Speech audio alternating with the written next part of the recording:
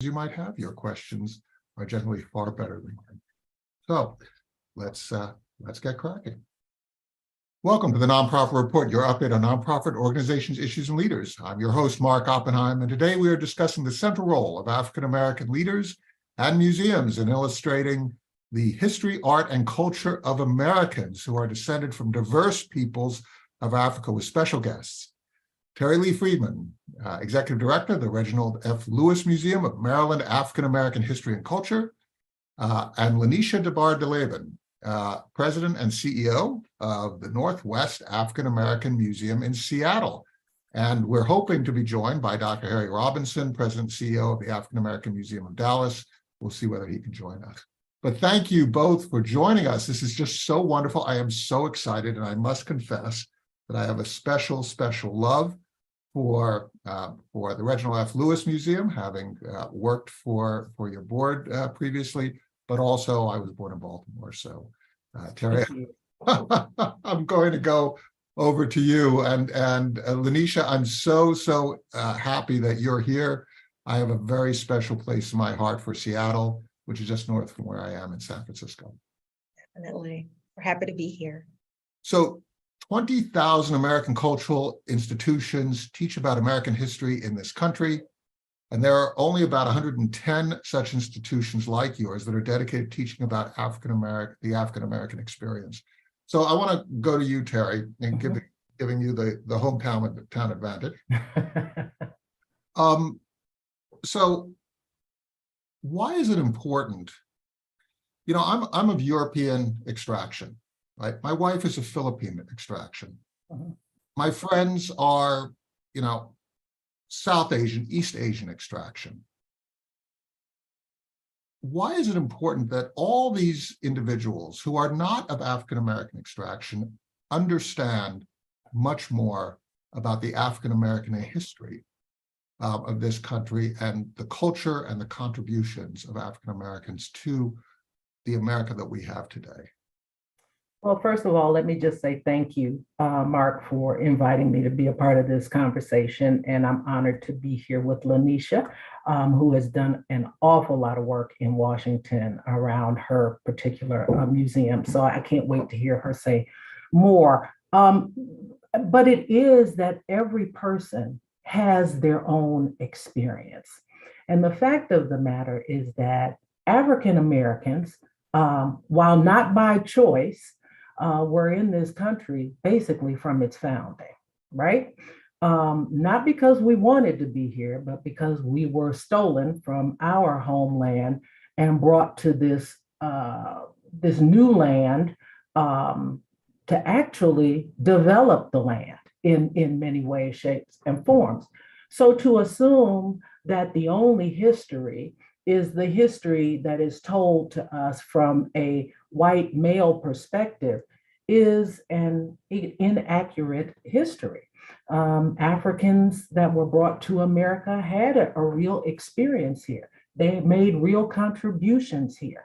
And it is critical that people understand the entire story of what is American history, not African American history, not white American history, but American history, because this country could not stand as we now know it, were it not for the Africans that were brought from their homeland, but also for the Native Americans who were in these spaces and places. So to get the full picture, we need to talk to everybody and make sure that they are represented in the story. And we know, as the story is told is as the story will be remembered. So we have to make sure that we are telling the right story.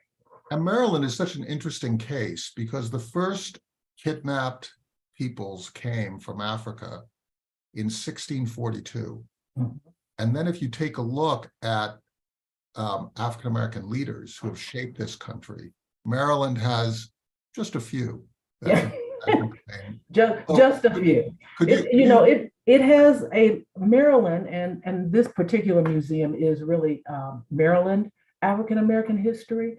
And I'm sure some people would say, well, Maryland is this little teeny weeny state, and how does it have that much history? Well, Maryland is one of the oldest of the colonies, if you will, and it developed alongside of the country and Maryland was a border state. So it had this really kind of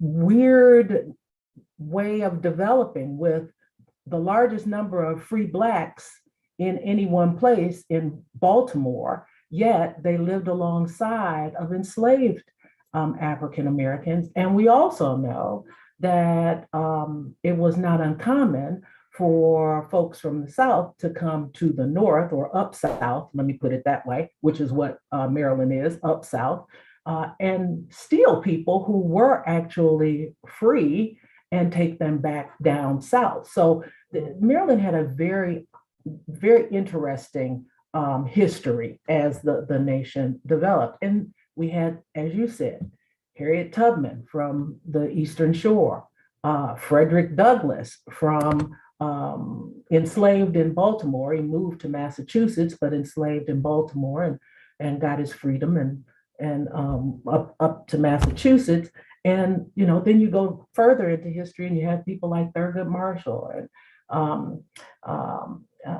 Hamilton Houston and others who have been so significant in Banneker creating this nation, and some of the architects of some of the most important pieces of what we consider our nation's founding. So Maryland is a really interesting state in the entire ecosystem, if you will, of African American history. And Washington, equally interesting, right? A younger state, a state that was connected to the rest of the states through the railway systems that were built largely by African American, Chinese, and other immigrant labor. Talk a little bit, LaNesha, about how you see the museum in the ecosystem of museums that explain the African American experience over in Seattle.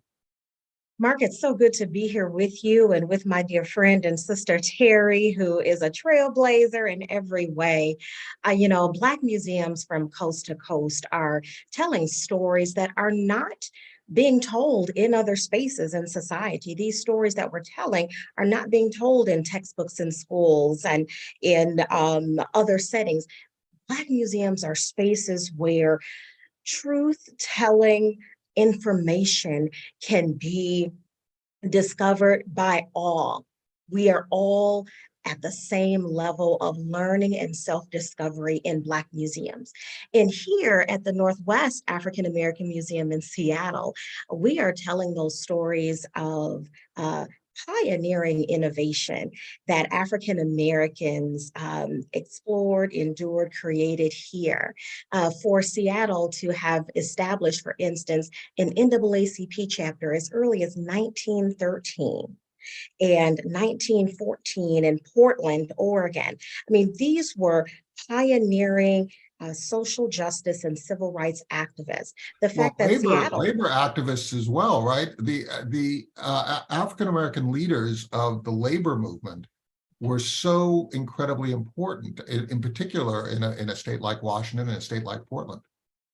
Absolutely. There has been a long tradition of activism and progressive interracial uplift taking place here in the far West. And Black museums here are preserving those stories and educating and bringing people together in a way that is going to move the society toward equity, we believe. The thing that I think is also very interesting is if you take a look at the Reginald F. Lewis Museum, which is named for the first African-American billionaire, who incidentally bought one of my uncle's companies years ago. It's really interesting how through this persistence, through education, very often undercover, through the development of culture, that you've taken people whose own memory of where they came from was systematically destroyed and suppressed. The different cultures that people came out of sub-Saharan Africa largely, then they were able to reestablish cultures that were very regional, that were very unified, and that resulted in a social cohesion that now is finding expression in the greater culture of the United States, right? Earlier it was jazz, now it's hip hop, and now it's, you know, and other musical forms. But you've got this whole idea of how do you create your own identity forged out of destruction, right, Terri? You know, ours has always been an oral tradition. And we brought that over from Africa with the tradition of passing down stories orally from one generation to the next. And we continued that even during enslavement to ensure that the stories were told, that people had some memory of culture. And of course, as we've gone through additional generations, some of that has been watered down, but in other instances, it has not been. And the oral tradition today is very, very strong. So as you're talking about this whole idea of culture creators, I personally believe that Black people have been culture creators through time. It's almost like, you know, the Bible talks about people being the salt of the earth, giving flavor. Black people have always taken what was given to them and then morphed it into something that was different and something that other people actually wanted. We've done it with food, we've done it with music, we've done it with art. And we continue to do that. And this particular community in Baltimore, I think, is a very creative community. Many makers are here in this community. And to not recognize those contributions still, we are being short-sighted, and we are not allowing people to have the breadth and richness of community. And one of the things that I have found, as you talked about jazz and you talked about hip hop, these are music forms that everyone is, you know, partaking in. It's not just Black people, but that extra flavor that Blacks have always brought to whatever that situation was is a part of what creates culture.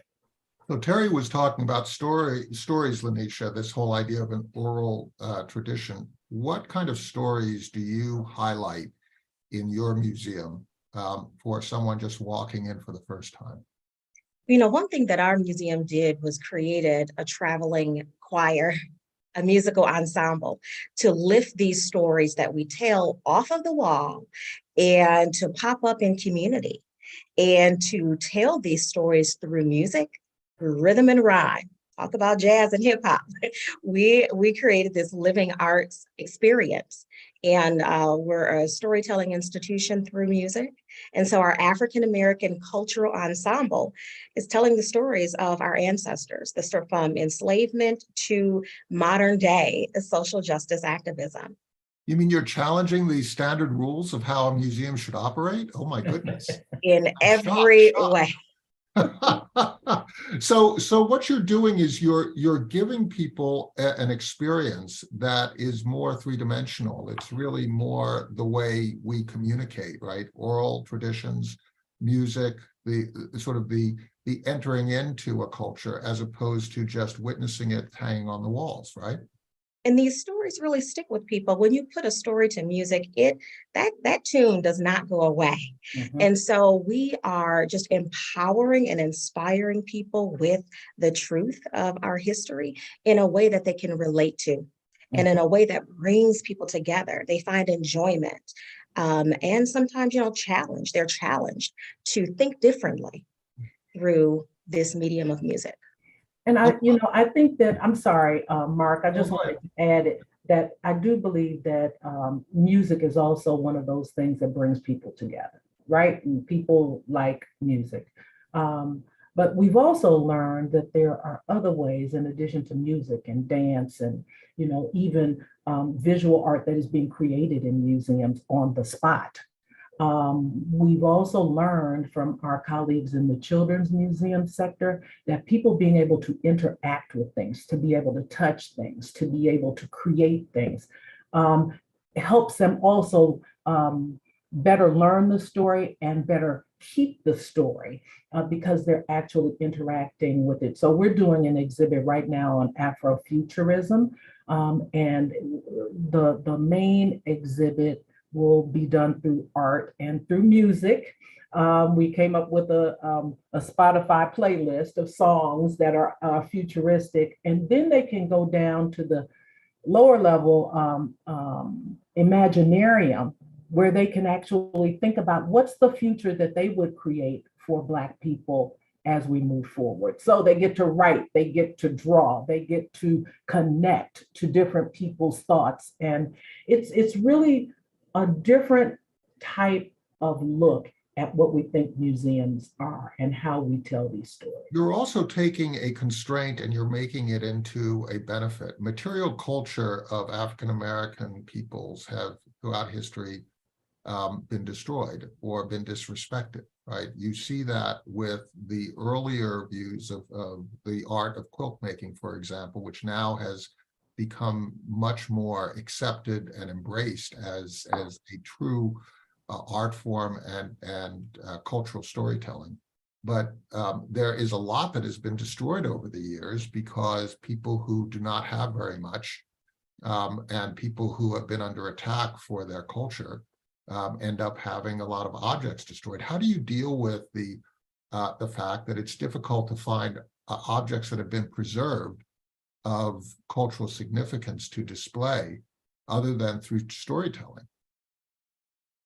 You know, that is a challenge, Mark. And one thing that we have created at the museum here is a youth curator program to ensure that young people are trained in preservation and education of our culture, of our history. And so we have had a youth curator program for the last 15 years. And in the more recent years, they have been producing animations of African-American history and culture. And so when there is material culture, or even when there is not, there is still a legacy to be preserved and to be shared. And so our youth curators are creating literally cartoon characters. They're being trained on how to produce an animation that tells the story in a way that their peers can relate to and can enjoy and can learn from. And so this is the second year of their Black History cartoon animation training. Well, this is a place where everyone can become a hero of being an advocate for a cultural heritage, being an advocate for knowledge transfer, and being an advocate for respect. We just asked for full understanding of American history, is it important that every American also have a grounding in the history, art, and culture of African Americans? And 100% of the people who responded, now, mind you, we have a select audience here, said absolutely, it is absolutely critical to do that. I want to ask you about the culture wars, because I know that we're all inundated with this idea coming out of Florida in particular, where there is this sense that state governments, in that particular case, the Florida state government, is objecting to the teaching of African American history as put together by academics.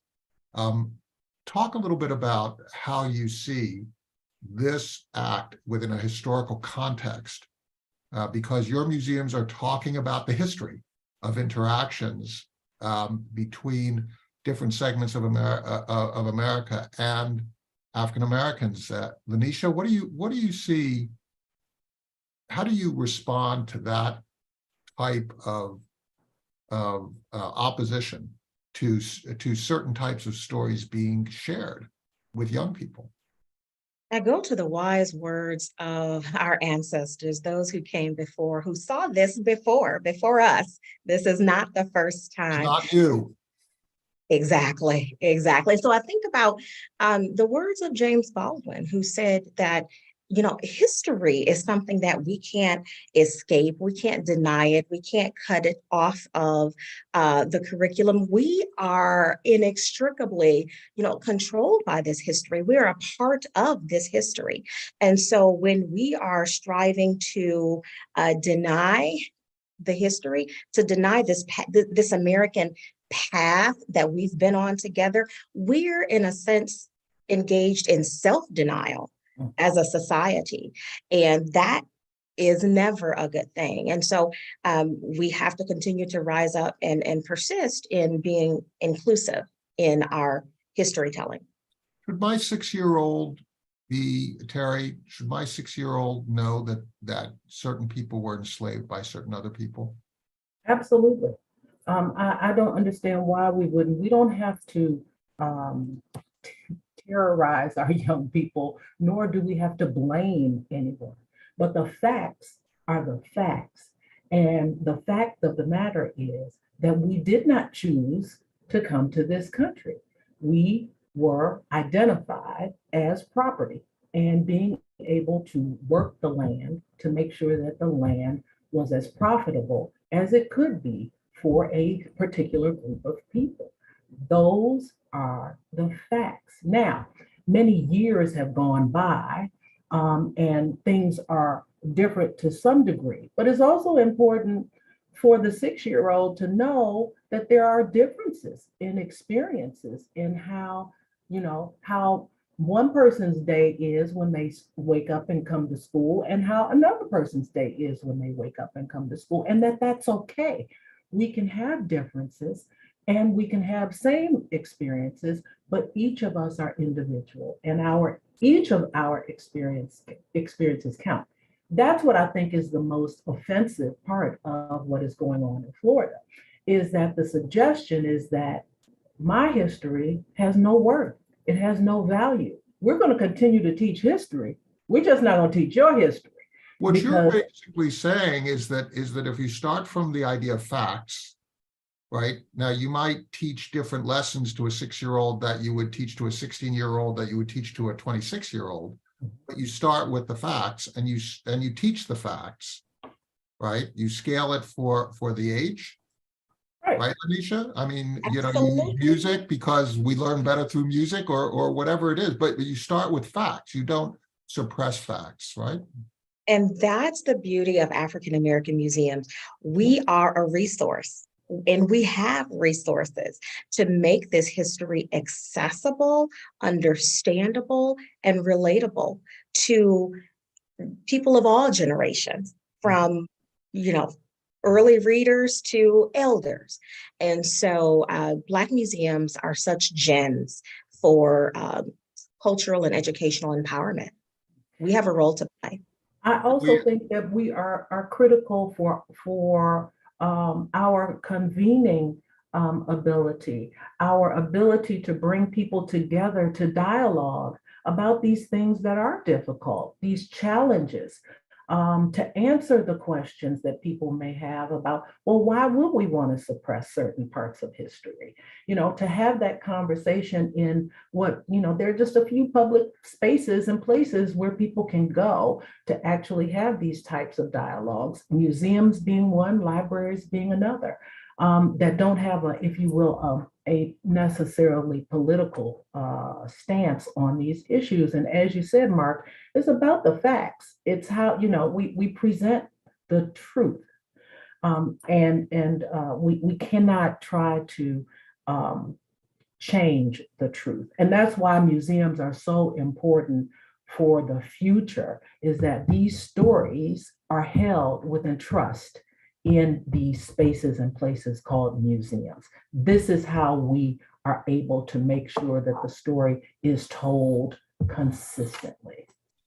Terri, you were previously in Memphis. What is your, and it's early days in your trajectory in Baltimore. What is your view of the comparative environment between Memphis and Baltimore? Well, so the National Civil Rights Museum we have to recognize that it is a place where history actually took place, right? So it is its own history. as opposed to the Reginald F. Lewis Museum, which is a museum that tells a story, but history didn't actually happen here. And so the difference that I found is that places where history took place become sites for pilgrimage. People want to go there to experience that space. The power of the place is significant. The power of the space is significant. It sends a message. There's something you feel viscerally when you are on those grounds where history actually occurred. That said, I think what the National Civil Rights Museum does and the Lewis Museum and the Northwest Museum do is similar in nature. Some of the stories may be different based on geography. Memphis is going to focus on the Southern experience. Baltimore is going to focus more on that colonial kind of experience. The Northwest, as you spoke of, pioneering. But when you put all of it together, it gives us the entire story of the African-American experience and existence in this country. And that is so important, right? When I was in Alaska working for the Anchorage Museum, it was really interesting to see the contribution of African-Americans. Not being from Alaska, before I actually visited Alaska and began to work for institutions up there, I had no idea of how significant, how really huge the community was in Africa. I'd always envisioned Africa as being primarily native and mostly white and maybe Asian and so on, but really the huge impact that Black engineers, Black workers, Black leaders of all stripes have had in across the country is constantly being manifested, and it's clarified by institutions like yourselves. I have another question. Excuse me for asking all these questions that seem to be permeating this environment. If we're going to make a change in this country in terms of addressing the identity of this country as being multi-ethnic, multi-racial, multi-religious, multi-orientation, how do we speak about that? How do we cultivate institutions that allow for the dialogue and the increased understanding amongst people who have different backgrounds? From your perspective, how do we bridge generational divides? How do we it's important for us to realize that these stories, these realities, these experiences are interwoven. The indigenous experience is interwoven with the African-American experience, which is interwoven with the Asian American experience, which is interwoven with the Latinx experience. I mean, we are truly all in this together. There is this tapestry of common reality. As King said, what affects one directly affects us all indirectly. And so I think having just an awareness of our common destiny, and it's rooted in a common history. Is it a matter of celebrating difference while also, I wouldn't say overcoming it, but just sort of celebrating difference, but also understanding the commonality here. I mean, the experience that your forebears had of being kidnapped and having their cultures destroyed is very similar to what happened in certain respects to Native peoples here in this country. It's very similar to an Asian person who came to this country in the 50s, 60s, and they were told that that their cultures had no significance. Isn't it also true that we have so much in common that we just actually need to be talking about it, right? Well, absolutely. I mean, we know that. I think it's something like we are, as human beings, we're something like 96% the same. And I think it's actually like 98% the same. And then you have this 2% that creates the differences. that we see. But even in the differences that we see, I believe that our desires for life, liberty, and the pursuit of happiness basically are the same. All of us want better for our children. All of us want to live in safe communities. All of us want to breathe fresh air and have fresh water. All of us want access to quality education, quality cultural experiences. These are common things that human beings want. Our experience, how we got to this point, may be different, but what's important is that people become aware of these different experiences. And then that we recognize that those differences are what make us such an incredibly interesting place and community, that we can have all of these different experiences, yet we can have these common interests. And the fact that we got away from this whole melting pot idea where we just put everything in, melt it all down to one thing, and you have this kind of thin, watery soup, and we more look at ourselves now as a wonderful stew that has all of these different pieces, and it's that much more interesting because, oh, I'm going to get a taste of this Latino experience, or oh, I'm going to better understand the. And our kids are doing it, right? I mean, the crossover in the culture is just amazing. LaNesha, I'm going to give you the last word, and I want to also thank you both for tolerating my ignorance. Will Rogers said that everyone's ignorant only in different subjects. The fact is that when we come together like this, you're hearing questions from someone who comes gropingly toward knowledge that you possess. So thank you. Thank you for sharing with me, and thank you for tolerating my ignorance. That's a gift that you're giving me in terms of how you're answering these questions that I'm trying to bring to you from others and also from myself. LaNesha, give us your final word on how we should think about African-American culture in this next century. Mark, thank you for having us. It has been a joy for Terri and I to be together and with you this morning. I am reminded of a statement that James Baldwin said to Angela Davis in a letter he wrote. He said, if they come for you in the morning, they'll be coming for us in the evening. Therefore, peace. And that is what Black museums are all about. They're all about lifting all of us up, coming to a greater understanding of this broader American experience so that we can all become our best selves. When there is a void of knowledge, of understanding, there is a void within ourselves. And we're just striving as Black museums to help us all fulfill our highest potential. Every single person in this nation is made better by museums.